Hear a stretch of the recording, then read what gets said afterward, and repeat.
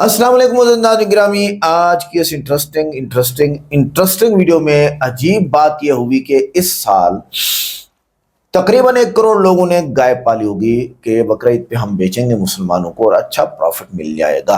वैसे तो इंडिया सबसे बड़ा बीफ एक्सपोर्टर है पूरी दुनिया में। तो इस साल मुसलमान अपना हिंदू रो रहे हैं। मुसलमानों ने ये बात तय कर ली है कि हम गाय को नहीं काटेंगे क्योंकि ये इनका मजहबी जानवर है हिंदुओं का। बाल योगी आ गया बीच में, इसने तो अजीब बात कह दी कि भाई जो है वो तुम्हारे बाप की है और नमाज मुसलमान पढ़ेगा तो ये हिंदू अगर ये करेंगे तो मुसलमान भी करेंगे, सब रोड पे करते हैं, होली दिवाली बसंत।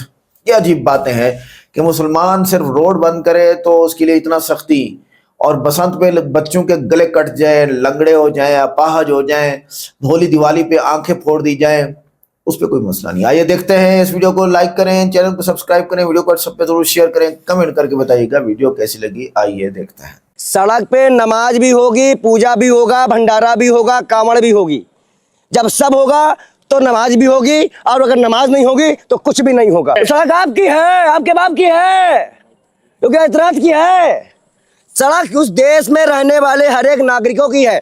मैंने कहा, हेमंत बिस्वा शर्मा ने कहा कि गाय काट के खाओ, अंदर खाओ। अब एक बताओ, एक नया पागल आ गया मुख्यमंत्री बंगाल का, वो कह रहा 14 साल के बाद की गाय को काट लो। सर्टिफिकेट कौन बनाएगा? तेरी अम्मा बनाएगी? तेरा बाप बनाने आएगा? बता, वो उस गाय का सर्टिफिकेट कौन बनाएगा? सिंधु अधिकारी, जिसको तुमने काटने की बात क्या दी?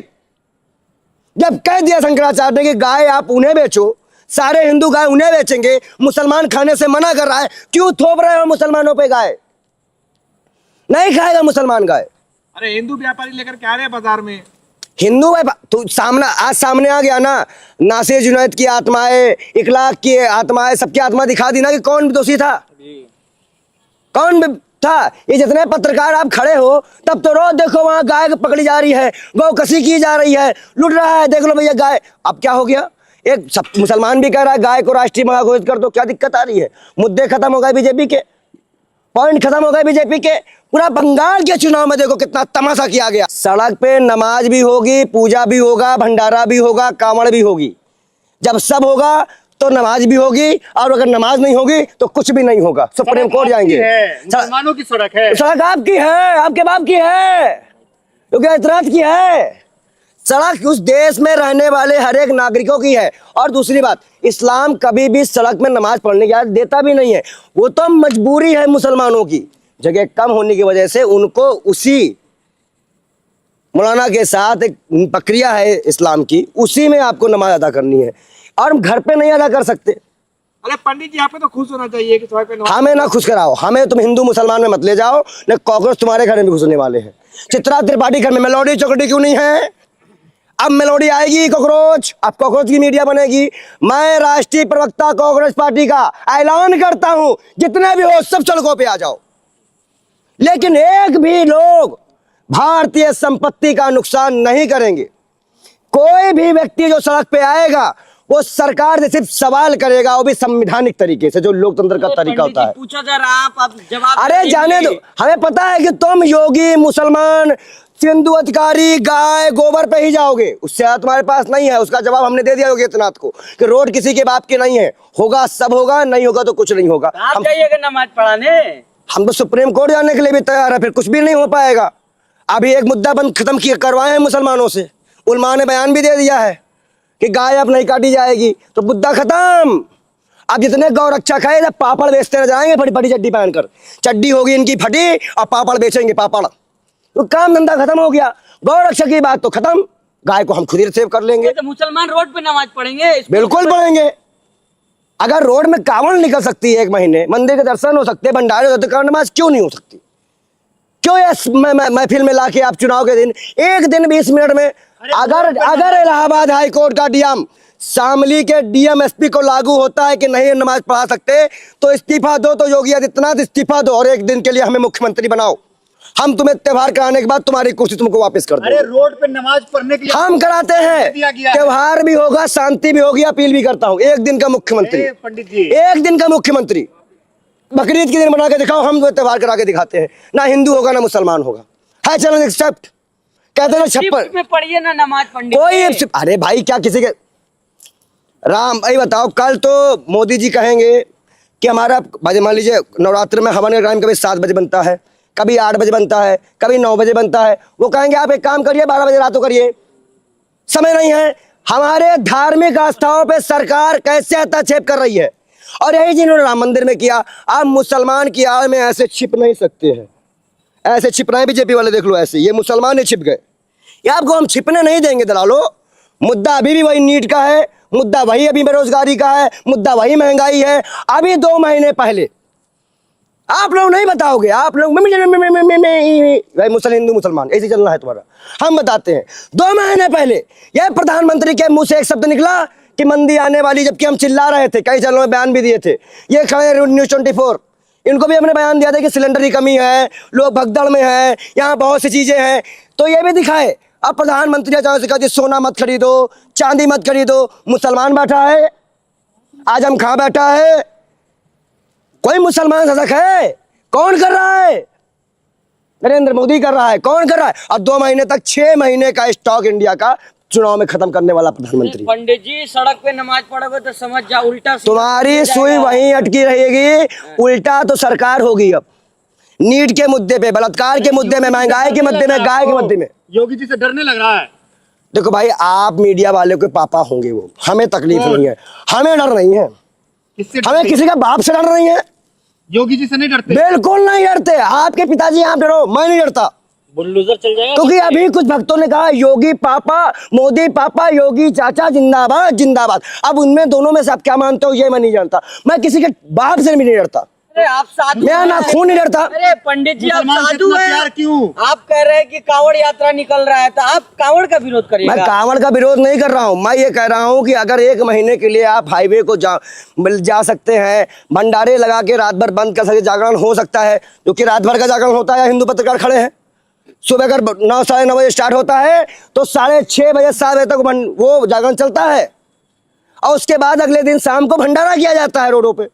तो अगर ये भी बैठे हैं तो उतनी ही जगह 20 मिनट के लिए मुसलमानों के लिए। अरे हिंदू राष्ट्र बनाने के लिए योगी जी जो है सड़कों को साफ कर रहे हैं। और सड़कों में जो अभी कांवड़ यात्रा में निकलेंगे, और भगवान, अच्छा ये अगर आज ये ऐसा कर रहे हैं तो कल सिखों को मना कर देंगे, ईसाइयों को मना कर देंगे, बुद्धिस्टों को मना कर देंगे, धार्मिक यात्राएं निकालना बंद कर देंगे। जो भाजपा पार्टी का नेता होगा, जो धर्मगुरु का, वही यात्रा निकाल पाएगा। ये सभी धर्मों पे वार है, ये खाली नमाज की रोक नहीं है, ये सारे पूजा पाठ और सारे नियमों को रोकने का प्रयास है। सरकार की ये मंशा हम नहीं रुकना काम करने देंगे। अगर पंडित है आप, मतलब भगवा धारण करके आप योगी जी का विरोध करेंगे? बहन जी, अगर मुसलमान में बुलडोजर नागराज आए थे तो हिंदुओं में नहीं आए हैं। इधर आइए, थोड़ा सामने से बोलिए, दिखाई देनी चाहिए कि ये पत्रकार महिला बोल रही है। इनको मणिपुर नहीं दिख रहा है, लेकिन ये बोलेंगी आपको सफाई नहीं दिख रही। अरे मणिपुर साफ कर दो, मेरी बहन जाओ मोदी से मिलो, उनसे कहो मणिपुर आईना देखा आपके, आप ऐसे बहन प्रोटेस्ट कर रही है। ये अंधभक्त पत्रकार है, छोड़िए इनका बात को। आप ये बताइए कि पश्चिम बंगाल के अंदर जो हिंदू व्यापारी है वो रो रहे हैं, परेशान है, उनकी गाय वाले भी रो रहे हैं, सोना वाले भी रो रहे हैं। सबसे ज्यादा सोने का काम बंगाल में होता है। शिवेंदु अधिकारी, जो कि कुछ दिन पहले, आप देखिएगा, हमारे प्रधानमंत्री की नीयत पे शक मत करा करो, 1 नंबर के झूठे हैं। अभी 2016 के पहले वो खूनी था, दरिंदा था, करप्ट था, मर्डरी था, सब था। कौन मुख्यमंत्री बना बंगाल का? वही चोर डकैत शिवेंदु अधिकारी, जिसको बीजेपी के पार्टी में आने के बाद वॉशिंग मशीन में धुल दिया गया। गाय मारता है 14 साल के बाद, वही गाय क्या कहलाता है? जो इस चीज को नहीं मानता है वो पापी है, दुष्ट है। जब शंकराचार्य ने कह दिया कि गाय आप हमें बेच दो, हम सेवा करेंगे, मुसलमान नहीं खा रहा, तो फिर क्यों ये अपवाद मचा रहे हो भाई? अब इसलिए कि ओमान में अब गोश्त नहीं बिकेगा। अगर कहीं ओमान वालों ने मुसलमानों का ध्यान देकर मना कर दिया कि हम इंडिया की गाय नहीं खाएंगे, वहां पे धार्मिक मसला है, ऐसा ना हो गया अरे बाप रे बाप, अरबों खरबों का नुकसान हो जाएगा, इसलिए मरे जा रहे हैं ये लोग। ये गौ रक्षक, ये दलाल भाजपा के लोग, कि गाय न कटने पर नुकसान इन्हीं का है, और हम चाहते हैं कि गाय प्रतिबंधित हो जाए, पूरी तरह से गाय कटना प्रतिबंधित हो। अच्छा ये बताइए कि पंडित विजय कुमार शर्मा जी, क्या आप ईद की नमाज सड़कों पे पढ़ेंगे? अगर मस्जिदों में जगह नहीं होगी तो बिल्कुल सड़कों पे पढ़ाएंगे। आप जाएंगे नमाज पढ़ने? उसी टाइम पे जाएंगे। आप जाएंगे नमाज पढ़ने? नमाज कोई हमारे लिए जायज नहीं है, क्योंकि हम हिंदू हैं। मुसलमान मौलाना होगा उसके बगल में खड़ा रहूंगा, उनके बगल में खड़े रहेंगे, पीठ नहीं दिखाएंगे, सीधे मुसलमानों को नमाज पढ़वाएंगे आप? हम क्यों नमाज पढ़वाएंगे? फिर पागलता की बात कर रहे हो? जब कह दिया कि मौलाना का ये काम है, मौलाना पढ़ाएगा, हम उनके साथ खड़े रहेंगे। जैसे ये एहसास हो कि भारत का संदेश कि हिंदू मुसलमान सिख ईसाई एक। जब लाठी चलेगा पंडित सबसे पहले आप ही भागिएगा। वो तो आपको भी देखते हुए हम भागे बंगाल में, AIM वाले में, जब बंगाल में लड़ी तो आप ही भागे थे। तो आप हमें ना बताइए कि कौन भागता है कौन नहीं भागता है। आप कोई नन्हे बच्चे से पत्रकारिता करने नहीं आए हैं, सामने पंडित जी खड़े हैं सवाल संभाल के। अच्छा ये बताइए कि अगर सड़कों पे मुसलमान नमाज पढ़ता है, उसको रोकने के लिए अगर प्रशासन आती है तो क्या विजय कुमार शर्मा वहां पे विरोध करेंगे? देखिए, मुसलमानों का जो संदेश नबी ने दिया है, अल्लाह ने दिया है, मुसलमान सबसे पहले सफाई पे ध्यान दे। मुसलमानों को सबसे पहला फर्ज है कि जो भी आप कुर्बानी करे उसको गड्ढा खोद के वहीं पे अपना वो कर दे, सब लोग साथ कर दे, सफाई का विशेष ध्यान दे, गंदगी बिल्कुल ना फैलाएं, कहीं भी आप आक्रामकता ना फैलाएं। नमाज तो वैसे भी सड़कों में पढ़ना जायज नहीं है इस्लाम में, लेकिन अगर जगह ना मिलने पे कहीं पे अगर कोई छोटी चादर लगा के बैठ जाता है तो उसका भी विरोध इस देश में नहीं होना चाहिए। आप पत्रकार हैं, आपने इसी देश में। अच्छा ये बताइए, अगर ये नमाज खराब थी तो जामा मस्जिद में जितने लोग पहुंचे थे इफ्तारी खाने, वो लोग झूठे थे? बिल्कुल झूठे थे वो लोग।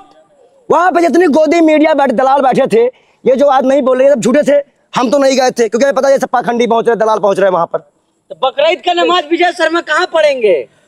योगी जी कह रहे हैं कि मुसलमान सड़क पे नमाज पढ़े तो इलाज किया जाएगा। योगी जी अपने गुंडों का इलाज करा ले। अभी कप सिरप वाले मामले में उनके बुलडोजर में तेल खत्म हो गया, नशा करके बैठ गया बुलडोजर, उसमें तो उनसे कुछ होता नहीं। ये मैं वही आपसे सवाल कर रहा हूं कि जब हेमंत बिस्वा शर्मा गाय काटने की बात करता है, हनुमान जयंती के दिन मंगलवार को भगवा पान की मछली खाया जा सकता है, हम मछली बात खाबे। मनोज तिवारी जी नहीं खाबे बोले थे, वो खाबो नहीं बोले, खाबे। और ये सब अगर वो बोल रहे हैं तो दिक्कत क्या है? और मैं बता दूं, भगवान विष्णु का अवतार अगर बहरा अवतार है जिसको सुअर के तौर पे ये पाल रहे हैं, तो भगवान विष्णु का पहला अवतार मछली है, मत्स्य है। मछली खाना हिंदू छोड़ दे। भगवान विष्णु का पहला अवतार इस धरती पर सतयुग में पहला ही अवतार मत्स्य है, तो मछली क्यों खा रहा है हिंदू? अगर धार्मिक पुराणों पे चलने पे आ जाएगा तो हिंदू मांस भक्षण कर ही नहीं सकता है। इसलिए ये लोग जो हिंदू व्यापारी हैं, जो भाजपा के लोग हैं, जो भाजपा के दलाल हैं, जो गौरक्षक हैं, अब देखो झबरा कुत्ता भी नहीं समझ में आएगा, लंगड़ा भी गायब हो चुका, सब गाय मार्केट से गायब है। वो मैं आपका ठाकुर, आपका भाई, वो भी गायब, भाई सब सगाई हो गई उनकी, तो कोई नहीं आएंगे। में आप भ्रम फैला रहे हैं ये सब बोल करके। अच्छा, अगर मैं भ्रम फैला रहा हूं तो मछली खा के वो क्या कर रहे हैं? आप भी खाइए मछली। तुम अगर अपने आप को अनुराग ठाकुर कह रहे हो मैं हिंदू का राजा, अब मछली चाप रहे हो चश्मा लगा के, कैसा लग रहा है? मजा आ रहा है? मुसलमानों को गाय खाने से रोकते। हाँ, ये मुसलमान वैसे भी गाय नहीं खाने की मना कर दिया भाई। जब तुमने मुसलमानों पे प्रतिबंध लगाया, गाय के नाम पे देश बांटने की कोशिश की, मुसलमान देश बताना चाहता है, इसीलिए उसने अयोध्या मंदिर का भी विरोध नहीं किया। उसने कहा कोर्ट का फैसला आया, हम मान लिए, नफरत खत्म करो। और मुसलमान चुप है, इसीलिए देश बचा हुआ है। आज के दौर में मुसलमान चुप है, इसलिए देश बचा हुआ है। बिल्कुल। इससे ज्यादा हमारे पास तो और कुछ नहीं है। आपके पास सवाल जागा नहीं है। मुसलमान जागा नहीं होता तो आज ये हालत देश इंडिया की ना हुई होती। वो जागा है तभी तो इतनी हिम्मत आई है। तो योगी जी, आज आपने मुसलमानों से कहा है कि नमाज ना पढ़े, कल आप हम जैसे सनातनियों से कह देंगे कि भाई कांवड़ यात्रा ना निकालें, जगराता सड़कों पे ना करें, और हमारे यहाँ जो वो भंडारे होते हैं वो भी हम सड़कों पे ही करते हैं। कल कोई हमसे कह देंगे कि सड़कों पे भंडारे ना करें। भाई है ना, आज मुसलमानों से कह रहे हैं, कल हमसे कह देंगे। तो नमाज होगी? भाई क्यों नहीं होगी ये बताओ?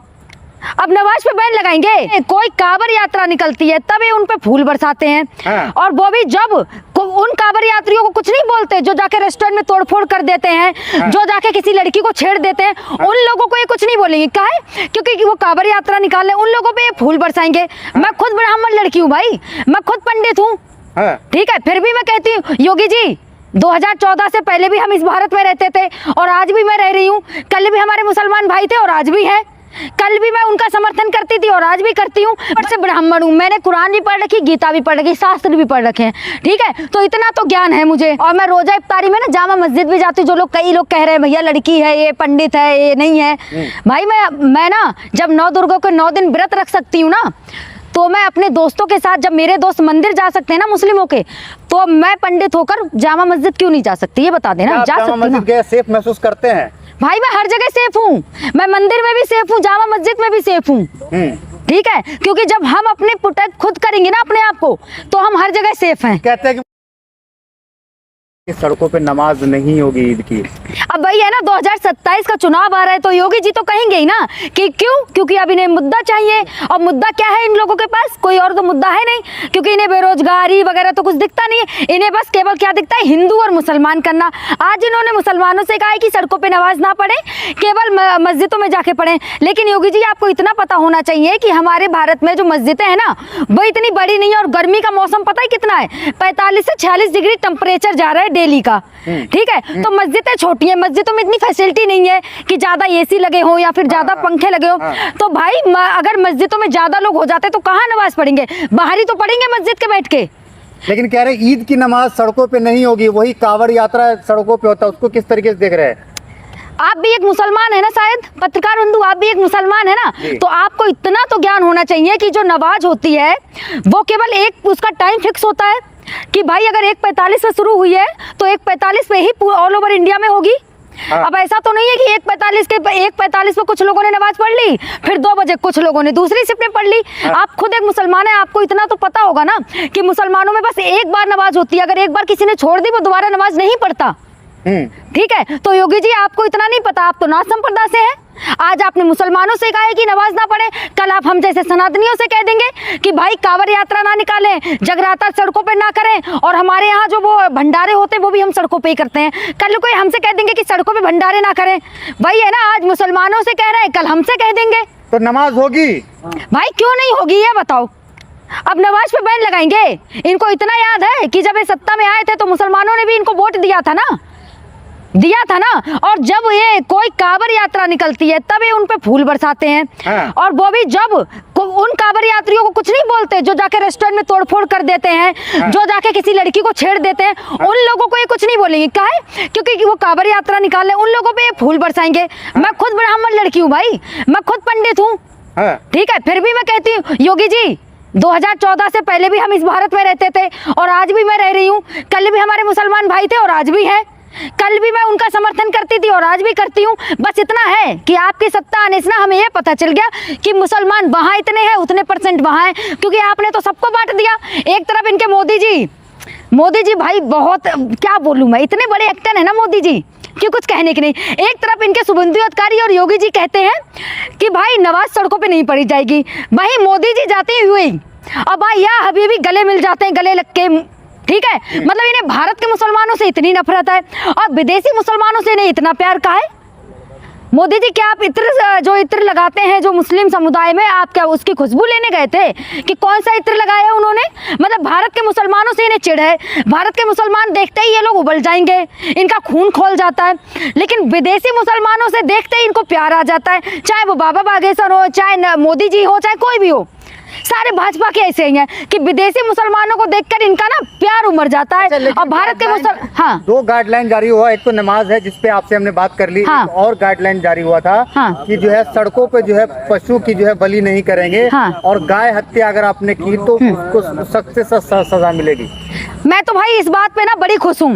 योगी जी सोच रहे थे गाय की जो बलि होती है उसमें हिंदू मुस्लिम कर लें, लेकिन योगी जी भूल गए कि हमारे भारत के मुसलमान ना हिंदुओं के भाई हैं, पहले भी भाई थे और आज भी हैं, ठीक है। और उसी तरफ मुसलमानों ने क्या कह दिया, भाई हिंदू को राष्ट्र गाय घोषित कर दीजिए, राष्ट्र पशु घोषित कर दीजिए, गाय को राष्ट्र पशु घोषित कर दीजिए। करेंगे ये? अब तो मुसलमान भी समर्थन में आ गए कि राष्ट्र पशु घोषित कर दिया जाए गाय को। करेंगे ये? नहीं करेंगे। क्यों? क्योंकि इन्हें केवल हिंदू मुसलमान करना है। इन्हें भारत की गाय, जो हमारे इधर यूपी साइड के गाय है ना, वो इन्हें गाय माता नजर आ रही है, और जो नॉर्थ साइड की गाय है ना वो इन्हें मिथुन नजर आ रही, वो खा सकते हैं हम। अब गाय तो गाय होती ना, चाहे कहीं की भी हो। अब राष्ट्र पशु घोषित कर दीजिए, कोई कहीं खाएगा ही नहीं पूरे भारत में, कर दीजिए आप घोषित। बंगाल में भी जो गाइडलाइन जारी हुआ है, हाँ, उसमें ये कहा गया कि जो गाय बूढ़ी हो गई है, जो 14 साल से पुरानी गाय है, उसको आप काट के खा सकते हैं, जवान गाय को नहीं खा सकते हैं। अब वही चीज है ना कि ये सड़कों पे तो बलि को मैं भी समर्थन नहीं करती कि सड़कों पे नहीं होनी चाहिए, ठीक है। करना है आपको, आप अपने घर में कीजिए, ठीक है, जैसे करते हैं सभी लोग घर में करते हैं। तो घर में गाय काट सकते हैं मुसलमान? भाई बूचड़ खाने होते हैं, तो बूचड़ खाने में काट सकते हैं गाय? नहीं काटते। सबसे ज्यादा बीफ कंपनियां कहाँ है? यूपी में है ना। कहाँ है बीफ एक्सपोर्ट? सबसे ज्यादा कहाँ से होता है? यूपी से होता है ना, यूपी से होता है ना, सबको पता है ये बात। तो यूपी में क्या ये रोक पाएंगे? बूचड़ खाने सारे बंद करेंगे? नहीं, उन पे नहीं बोलेंगे। क्यों? क्योंकि वो तो सब तो इन्हीं के नेता देखें, सब इन्हीं के लोग देखें। और केवल ईद आए, मुसलमानों के 3-4 त्योहार होते हैं गिने चुने, बस इन्हें उन्हीं पे बोलना है, क्योंकि इन्हें और तो कुछ बोलना नहीं है। और योगी जी बकरे की बलि तो हमारे ना, चलो मुसलमानों में तो असली का काटा जाता है, हम हिंदुओं में भी ना मिठाई का जो गुड़ होती है ना, गुड़ का एक थाली में बना के तिल उस पे डाल के और उसे काटते हैं लड़के हमारे यहाँ के, ठीक है, उसको भी कहते हैं। लेकिन गाय को 14 साल के बाद काट सकते हैं, उससे 14 साल के बाद वो माता नहीं रहती है क्या? मैं उसके समर्थन में नहीं हूँ, ठीक है, क्योंकि देखिए मुसलमान भी अब कह रहे हैं भैया राष्ट्र पशु घोषित कर दीजिए, और हम सब भी कह रहे हैं राष्ट्र पशु घोषित कर दीजिए, गाय को कोई काटे ही ना। सिंपल सी बात है, राष्ट्र पशु घोषित कर दीजिए आप, अगर आप में इतना ही है, आप इतना ही हिंदू मुस्लिम कर रहे हैं तो गाय को राष्ट्र पशु घोषित कर दीजिए। सारी झंझटी खत्म, आप लोगों का मुद्दा ही खत्म। फिर ये गौरक्षक कहाँ जाएंगे? गौरक्षक बोलते हैं कभी? एक तरफ इन्हीं के गौरक्षक इधर से उधर गायों की तस्करी करते हुए मिलते हैं, गौ मांस ले जाते हुए मिलते हैं। गौरक्षक क्या करते हैं? क्या करते हैं पता भी है? गायों को ले जाएंगे एक जगह से, गौरक्षक को वहां की गाय नहीं दिखती जो हाईवे पे मर जाती हैं, वो गाय नहीं दिखती। गौरक्षक क्या करता है? अरे भाई गौरक्षक यही तो यूपी के कर रहे हैं ये लोग, यूपी के क्या हर जगह के, जहां पकड़े जाते हैं जो टिरकों में मांस ना, कौन होते हैं वो? अरे वो तो वो बजरंग दल या फिर गौरक्षक के वो हैं, ठीक है, अध्यक्ष हैं, कोई गौरक्षक के सहपाठी हैं, वही सब होते हैं। और सबसे ज्यादा बीफ एक्सपोर्ट में तो यूपी है। रोक पाए? क्या दिक्कत है मोदी जी को? लेकिन आप हिंदू होकर के, मैडम आप हिंदू होकर के बीजेपी के इतने खिलाफ में क्यों है? अब क्योंकि मैं ना, पार्टी है क्योंकि मैं ना एक पढ़ी लिखी लड़की हूँ, ठीक है, और ऊपर से ब्राह्मण हूँ, मैंने कुरान भी पढ़ रखी, गीता भी पढ़ रखी, शास्त्र भी पढ़ रखे हैं, ठीक है, तो इतना तो ज्ञान है मुझे कि क्या सही है और क्या गलत है। हिंदू और राष्ट्र सबसे चाहिए आपको?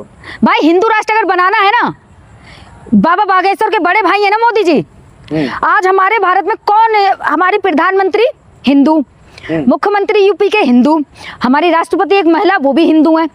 भाई तो एक साइन कर दीजिए ना, हिंदू राष्ट्र बन जाएगा, दिक्कत काहे की है? बना दीजिए ना हिंदू राष्ट्र, हमें हिंदू राष्ट्र से कोई दिक्कत नहीं, बना दीजिए। आप बना पाएंगे? ये लोग बना पाएंगे? बस इन्हें राजनीति करनी है, कभी गाय पे राजनीति करनी है, कभी हिंदू मुसलमान पे, कभी हिंदू। लड़की है, मोदी जी तो आपके बारे में ही सोचते हैं, आप ही के भविष्य। अगर मोदी जी ब्राह्मणों के बारे में सोचते ना, तो जो जितने ब्राह्मण हर जगह ना जो भीख मांगते हैं ना, उनके बारे में भी सोचें, ठीक है। मोदी जी कभी ब्राह्मणों के बारे में सोचते हैं? इनकी पार्टी में कितने % ब्राह्मण है बता दें? क्या कह रहे हैं? ब्राह्मण कितने % है बीजेपी पार्टी में, बता देना आप। सभी ब्राह्मण लगभग। मोदी जी ब्राह्मण है, अमित शाह जी ब्राह्मण है, तो मोदी जी, योगी जी ब्राह्मण है, वो तो सभी जाति के लोग हैं ना मोदी जी। हाँ तो वही आप कह रहे हैं ना कि पंडितों के लिए करते, क्या कर दिया पंडितों के लिए? बता दें आप, क्या चाहिए पंडितों? क्या कर दिया पंडितों के लिए? कुछ किया है पंडितों के लिए? मैं तो ये कहूंगी भाई, बड़ा लोग कह रहे थे, हम जैसे जो पढ़े लिखे युवा है ना, उनको भी लोग समझाते थे कि भाई पंडितों की पार्टी है बीजेपी, लेकिन अब सबको समझ आ गया बीजेपी किसी की भी पार्टी नहीं है। बीजेपी वाले लोगों को बस कुर्सी से प्यार है। अडानी अंबानी की पार्टी है क्या? वो तो है भाई, जहाँ जाते हैं मोदी जी उन्हीं के लिए तो करने जाते हैं। अब मुझे तो ये लग रहा है जो मेलोनी जी को मेलोडी दी है ना मोदी जी ने, ठीक है, तो कहीं ना उसमें भी कोई लोचा है। कहा होगा भाई इसका स्टॉक इतनी जल्दी बिके, देखा नहीं था जिस दिन मेलोनी जी को मेलोडी दी मोदी जी ने, रात भर में स्टॉक पाले के बिक गए, पाले के स्टॉक बिके ना।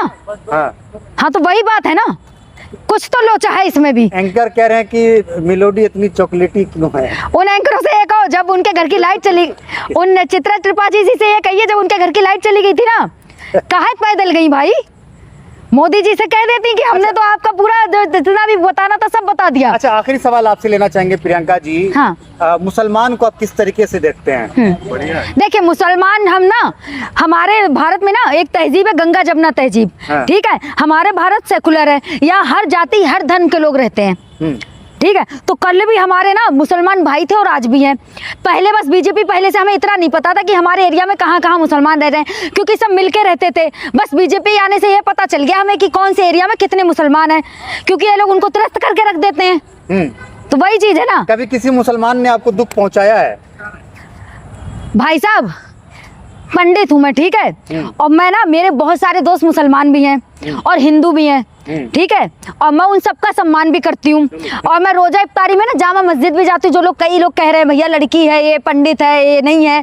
भाई मैं ना जब 9 दुर्गा के 9 दिन व्रत रख सकती हूँ ना, तो मैं अपने दोस्तों के साथ, जब मेरे दोस्त मंदिर जा सकते हैं ना मुस्लिमों के, तो मैं पंडित होकर जामा मस्जिद क्यों नहीं जा सकती? ये बता देना। जा सकती ना? सेफ महसूस करते हैं? भाई मैं हर जगह सेफ हूँ, मैं मंदिर में भी सेफ हूँ, जामा मस्जिद में भी सेफ हूँ, ठीक है, क्योंकि जब हम अपने प्रोटेक्ट खुद करेंगे ना अपने आप को, तो हम हर जगह सेफ हैं। कहते हैं कि मुसलमान लोग जिहाद करते हैं।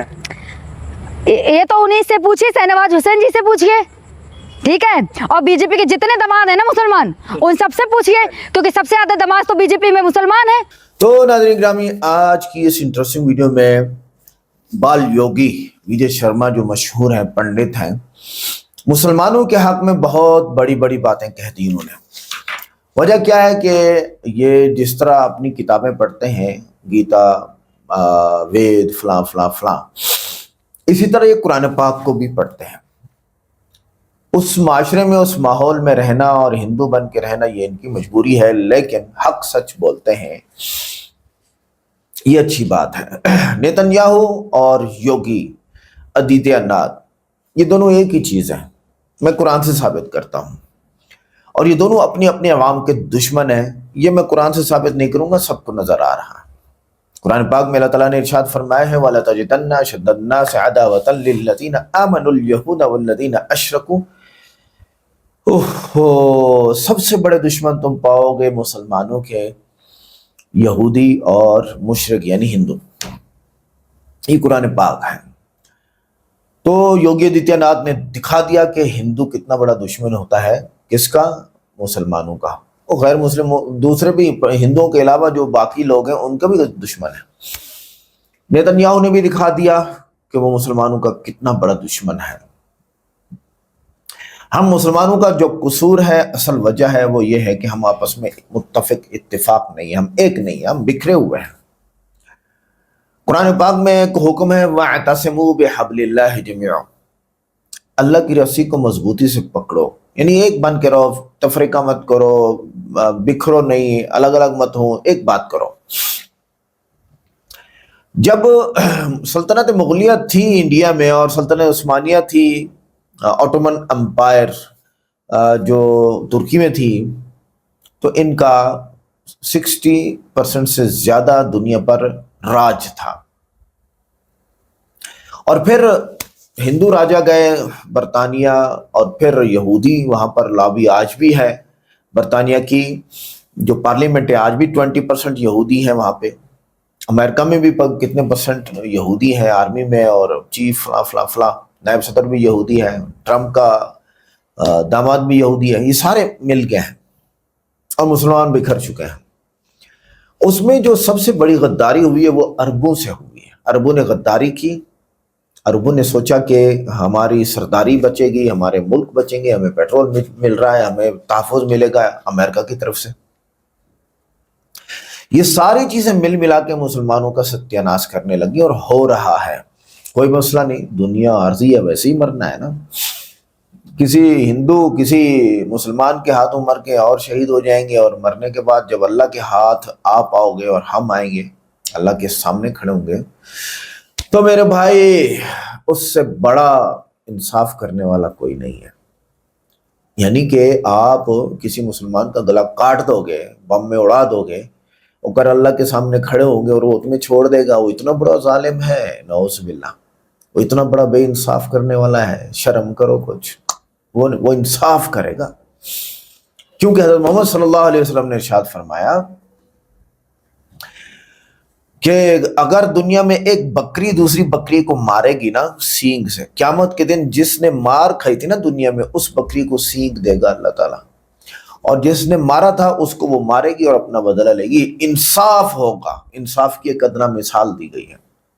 आइए, विजय शर्मा इस बार ईद नमाज कहाँ पढ़ेंगे, ये सवाल किया बीच में एंकर। यार ये जो सहाफत है ना, इसका मतलब क्या बोलूं मैं। आप सहाफी लोग ऐसे ऐसे सवालात निकाल के ले आते हैं, इंसान हैरान हो जाता है। रोड पर नमाज पढ़ना मजबूरी है, विजय शर्मा ने ये बात की, और ये बात तो सच है। इसी तरह हिंदुओं के जो त्यौहार आते हैं उनका भी रोड पे निकलना मजबूरी है, क्योंकि वो इतना बड़ी तादाद में वो जगह मंदिर है ही नहीं कि अंदर आ समा सकें। अच्छा, उसमें ऐसे मंदिर या मस्जिदें क्यों बनाई जाए कि मुसलमान या हिंदू सारे के सारे अंदर समा जाए? भाई सारी ज़मीन इबादत के लिए है। मुसलमानों के तो ये हुक्म है आपकी सारी ज़मीन इबादत के लिए। बाकी रहा मसला हिंदू मुस्लिम का, तो वो तो करेंगे ही। अब मसला यह है कि योगी आदित्यनाथ को मैंने नेतन्याहू से क्यों जोड़ा, क्योंकि जिस तरह नेतन्याहू धमकियां देता है और सत्यानाश कर देता है, इसी तरह योगी आदित्यनाथ भी धमकियां देता है और सत्यानाश कर देता है। लिहाजा रोड पे नमाज पढ़ना मुसलमानों की मजबूरी है, तो मेहरबानी करके मुसलमानों के साथ इतना बुरा रवैया ना किया जाए और सहाफ़ी भी ऐसे गंदे सवाल ना करें। कुछ लोग, हिंदू लोग समझदार हैं और इंसाफ की बात करते हैं, जैसे इस लेडी ने बात की कि मैं कुरान भी पढ़ती हूँ, गीता भी पढ़ती हूँ। कितने लोग गाय काटते थे और इनका कारोबार खत्म हो गया। ये एक बहुत बड़ी बात हो गई है इस साल, तो वाकई बड़ी बात हो गई है यार। 150 करोड़ लोगों में 1 करोड़ लोगों ने भी गाय पाली हो ना इंडिया के अंदर बेचने के लिए, वो ईद के मौके पे हमें अच्छा प्रॉफिट मिल जाता है।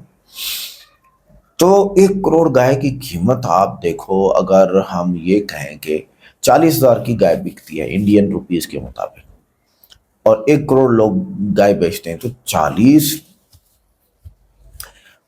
ये तो पता नहीं कहाँ जाके पहुंचता है इंसान। बिलियंस रुपीस का नुकसान हो गया आवाम का। जो है नेताओं को और सियासतदानों को कोई परवाह नहीं है। तो ये इस बार हिंदुओं का बड़ा नुकसान हो गया है, बहुत बड़ा नुकसान हो गया। अब गाय घर में रखते हैं तो खर्चा है। नेतन्याहू और योगी, एक ही चीज़ है, मैंने बात की, पागलपन की इंतहा है कि गुर्बत फिर भी बाकी है इंडिया के अंदर।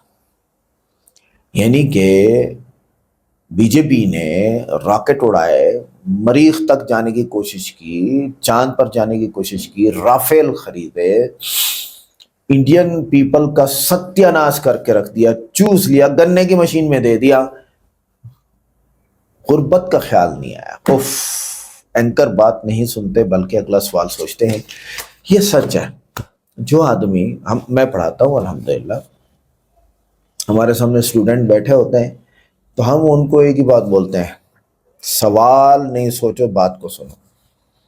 और हमारी आदत है कि हम बात करने के बाद बोलते हैं, फला स्टूडेंट खड़े हो जाओ, सुनाओ। हाँ भाई आप सुनाओ मैंने क्या बोला है। तब वो अगला सवाल नहीं सोचते। इसी तरह अगर कभी मैं नेता बनाना तो अपने सामने साफियों को बिठा कर उनको यही बोलूंगा, जो मैं बोल रहा हूं मैं अभी आपसे सुनूंगा, नहीं तो निकाल दूंगा आपको। सहाफी सामने वाले की बात नहीं सुनता, वो अगला सवाल सोचता है और सवाल करने को कमाल समझता है। और लॉजिक ये है कि अल-मुअतरिज़ु कल-अअमा, ये इतराज करने वाला अंधा होता है, जाहिल होता है असल में, इसलिए तो वो इतराज कर रहा है। जो आदमी पूरा पढ़ा लिखा होता है ना, वो इतराज नहीं करता, वो बात को समझता है। वीडियो कैसी लगी? वीडियो को लाइक करें, चैनल को सब्सक्राइब करें, वीडियो को व्हाट्सएप पे जरूर शेयर करें, कमेंट करके बताइएगा वीडियो कैसी लगी। मिलते हैं नेक्स्ट वीडियो में। अस्सलाम वालेकुम।